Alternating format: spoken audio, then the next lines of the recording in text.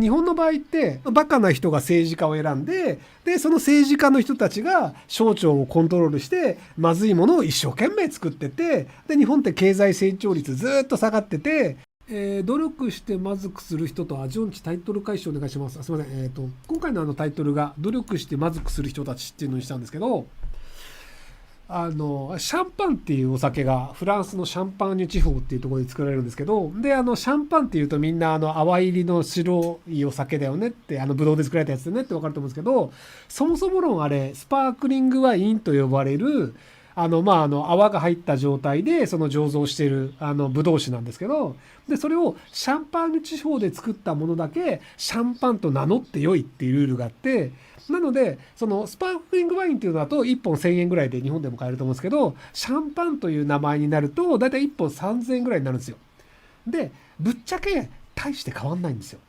要はスペインだとカバって呼ばれる、そのスパークリングワインはカバって呼ばれるんですけど、そのカバでも全然美味しいのもあるし、別にチリ産のスパークリングワインでも全然美味しいのもあるんですよ。で、もちろんシャンパーニュ地方のシャンパンでめちゃくちゃ美味しいのありますと。ただ別に他の地域のものがまずいわけでもなくて、シャンパーニュ地方で美味しいものは確かに多いよねというだけなんですよ。でも味が分かんない人だと、シャンパーニュ地方のシャンパンだから美味しい、だからこれを買うっていうので、さらにシャンパンだから5000円、5000円ってことは美味しいだろうみたいなので買う人がいるんですよ。なのでじゃあ目隠しして味だけで判断しましょうって言ったら、別にイタリアのスパークリングワインでもフランスのシャンパンでも、じゃあスペインのカバでも、どれも美味しいよねっていう結論になっちゃうんですよね、人間って大体。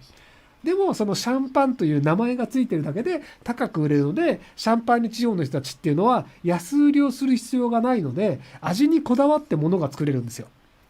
なので要はどうせ高く売れるんだから、きちんとした作り方を、きちんとしたスタッフを雇って、きちんとした給与を払って永続的にやってって、シャンパーニュ地方のシャンパンというのはちゃんとしたものしかないよねっていうのを作り続けた方が、どんどんシャンパンの価値が上がるので世界中で高く売れると。なのできちんとしたものづくりっていうのをずっとみんなでやり続けるっていうのを守ってるので、なので逆にシャンパンっていう名前がついてるものに外れがないんですよ。スパークリングワインっていう名前で売ってるものだと、すげえ適当に作って、アルコールと泡を足して、要は炭酸水にブドウ酒混ぜてアルコール入れたら、ほらスパークリングワインだよみたいなものも売ってるんですよ。なのでしょうもないまずいものもあるんですけど、シャンパンでまずいものを探すのはかなり難しいんですよ。腐ってるとか別ねっていうのがあって、なのでいいものをちゃんと作り続けるっていうのがなぜできたかっていうと、シャンパンという名前で売れるっていう特権があるから、そこにきちんとした職人さんがいて給与を払っていいものを作るっていう構造ができてるんですよ。でパルミジャーノ・レッジャーノ、パルミザンって呼ばれてるチーズで、イタリアのパルミジャーノ・レッジャーノ地方でしか作れないんですけど、で日本だとパルミジャーノでパルメザンチーズって書いてあるやつは、実はあれイタリアだと違法なんですけど、っていう感じで、そのパルミジャーノ・レッジャーノは地方に住んでる菌を使ってるので特殊な味になるんですよ。いや牛乳が発酵してチーズになるんですけど、その時にパルミジャーノ地方に住んでる菌が使うことで発酵してできるので、他の地域ではパルミジャーノの同じ製法で作ったとしても完全に同じ味にはならないんですよ。菌が違うから。でその菌もそこら辺のパルミジャーノ地方では普通にいる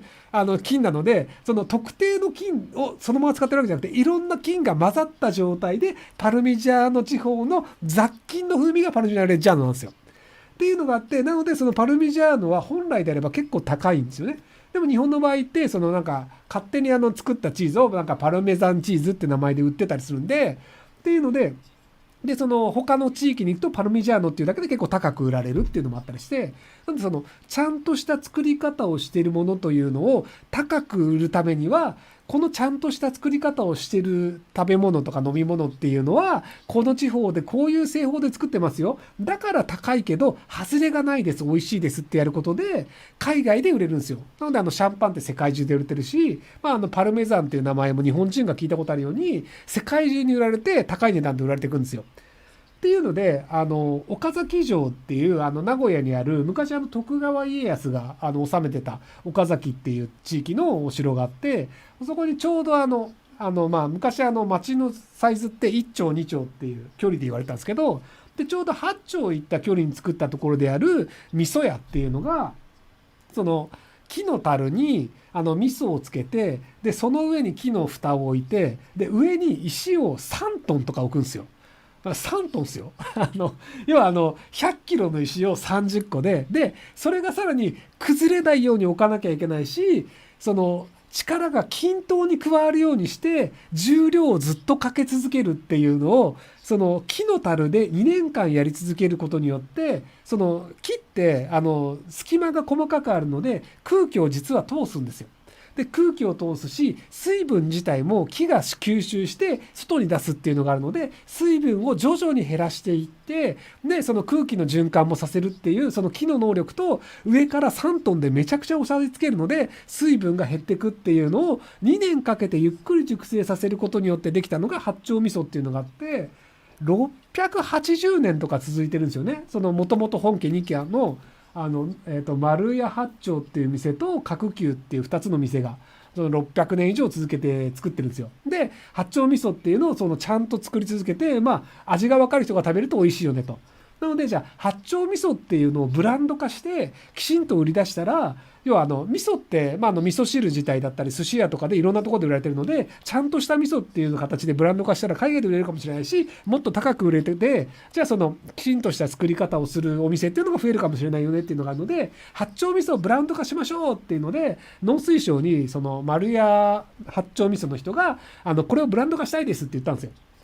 したら結果としてどうなかったかっていうと、その680年間八丁味噌を作り続けてきた丸屋八丁味噌の人は、今後作る製品に八丁味噌という名前を付けてはいけませんっていう結論になったんですよ。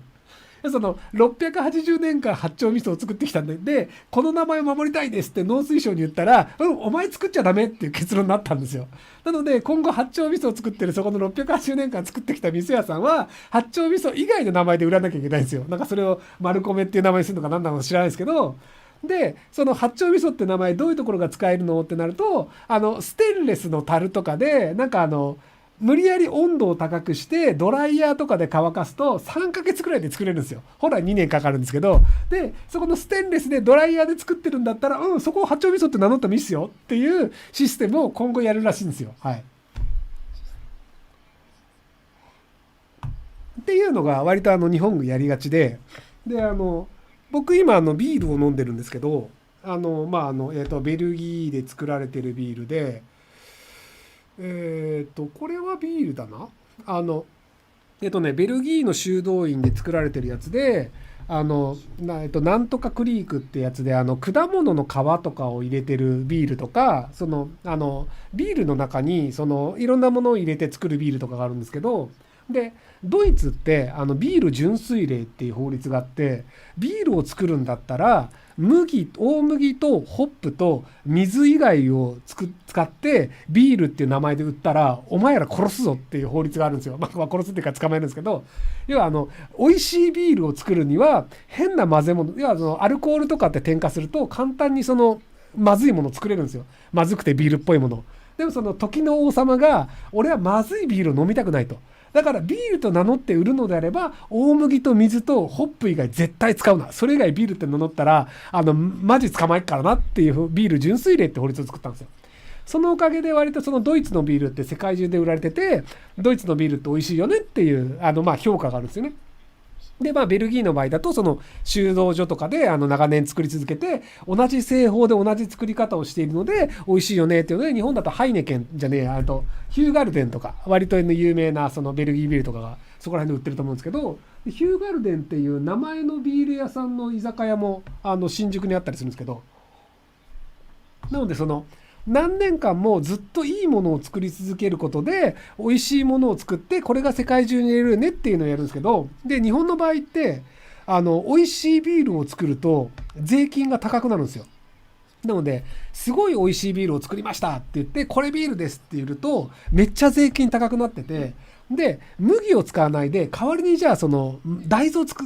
って作りました、あんまり美味しくないです、まずいっす、でアルコールも添加しました、これめっちゃまずいっすって言うと、じゃあまずいの作ったから税金安くしてあげるよって言ってまずいのを作ると税金が安くなるっていうシステムがあるんですよ。なのでもともと発泡酒っていう麦が 30% 以上使っちゃいけないのかな。なんか要はドイツであればその大麦100% で作んなきゃいけないのをその7割は麦以外を使わないと税金が安くなるっていうのを作ったんですよ。発泡酒っていう。でその発泡酒っていうまずい酒が割と売れたんですけど、でその発泡酒のさらに下に大麦ほぼ使わない、要は麦じゃない何かをなんか発酵させたものにアルコールを添加した謎の飲み物っていうのを作って、これだともっと税金が安いよっていうのを作って、で第3のビールって呼ばれるんですけど、めっちゃまずいんですよ。その第3のビール美味しいよっていう人もいるし、発泡酒美味しいよっていう人もいるらしいんですけど、じゃあお前らそれ海外で売ってみろよと。いや、美味しいって言うんだったら海外でちゃんと味が美味しいって売れるはずじゃないですか。でもどのビールメーカーの人もあれまずいって分かってるんですよ。なのでその CM とかで美味しいとか、これ飲んで幸せみたいな CM やってるんですけど、ビールメーカーの人たちってみんなこれクソまずいわって分かって作ってるんですよ。なので、海外輸出とか絶対しないんですよね。だってまずいんだもん。っていう、その、まずいものを作った方が税金が安くなるので得するんですよ。なので、その、農水省、ビールの場合は、財務省か。税率決めてるから。だから財務省がまずいビールを作った方がいいですよっていう仕組みを作ったので、日本のビール会社はその大学を卒業してその科学とかを研究したすごい優秀なスタッフと、そのお酒を作る杜氏の能力がある人たちで一生懸命努力してまずい酒を作り続けてるんですよ。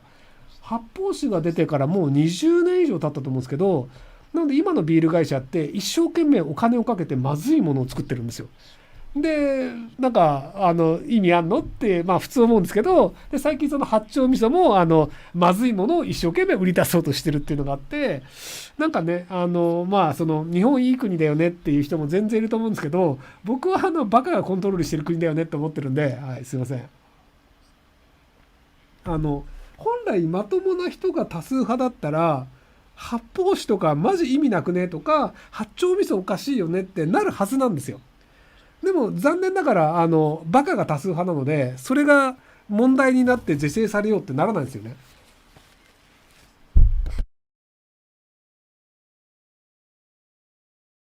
で皆さんの中でその要は発泡酒まずいの分かってるし、そういうのを変えた方がいいよねとか、八丁味噌の方がじゃあちゃんとしたものが売れた方がいいよねって思ってる方もいらっしゃると思うんですけど、残念ながら少数派なんですよ。大多数の人ってバカなので、そのバカな人が政治家を選んで、その政治家の人たちが省庁をコントロールして、官僚の人たちもバカなのでまずいものを一生懸命作ってて、で日本って経済成長率ずっと下がってて、でなぜ経済成長率がずっと下がってるかっていうと、良い商品を作らないからなんですよね。その昔じゃウォークマンっていうのがソニーっていう会社が作って世界中で売れましたとか、じゃあ任天堂っていう会社がゲーム機を作って世界中で売れましたとか、いいものを作ると世界中で売れるんですよね。トヨタの車もそうなんですけど、なのでそのいいものを作って海外で売った方がいいよねっていうのが、その普通に頭が回る人であれば分かるんですけど、残念ながら今頭の悪い人が多数派なので、悪いもの、質の悪いものっていうのを一生懸命みんなで作って、海外ではみんなが買ってくれません。なので経済成長率が下がって日本って貧乏な国になりましたよねってなってるんですけど、でもそれは皆さんが合意してやっていることなので、なのでバカが多数派だと思ってます。はい、すいません。でも口には出してないんですけど、割と僕その酔っ払ってない時はあんまり口には出してないんですけど、遠回しに僕こういう話はしてると思うんですよね。で全然その僕が間違ってるんであれば、ここが間違ってるよっていうのを言ってもらえればいいと思うんですけど、残念ながら僕今現実の話をしてるじゃないですか。現実こうなってますよって話で。